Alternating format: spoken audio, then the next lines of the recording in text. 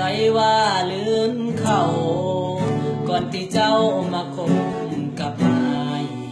คือจังทิมกันง่ายได้เห็นอายเป็นควายสันบ่อายหักน้องหลายหักแห้งสิหูบ่น้องอายแค่เจ้าหลายหู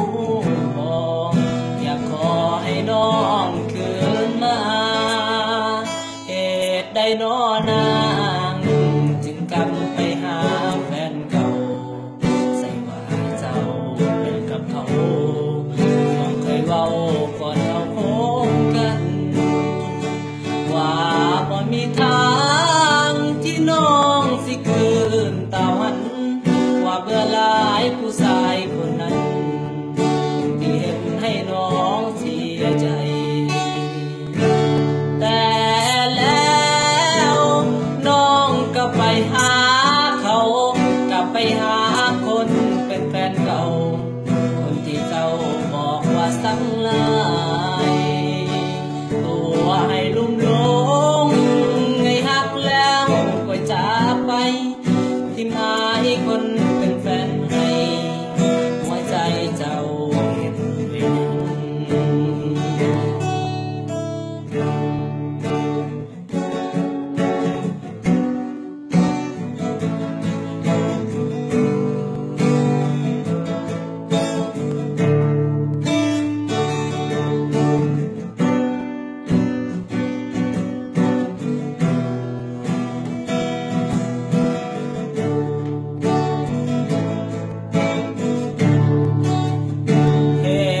น้อนางจึงกลับไปหาแฟนเก่าใส่ว่าเจ้าเลิกกับเขาน้องเคยเว้าก่อนเราคบกันว่าบ่มีทางที่น้องสิคืนเต่าหันว่าเบื่อหลายผู้ชายคนนั้นคนเดียวให้น้องเสียใจ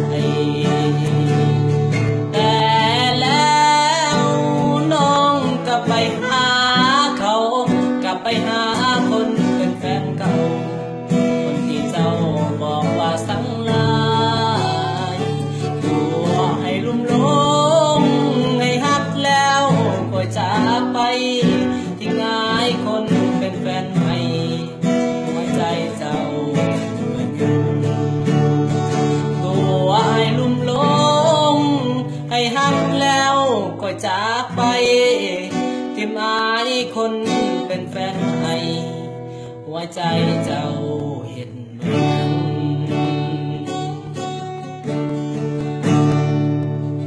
ฝากกดไลค์กดแชร์ให้เด้อ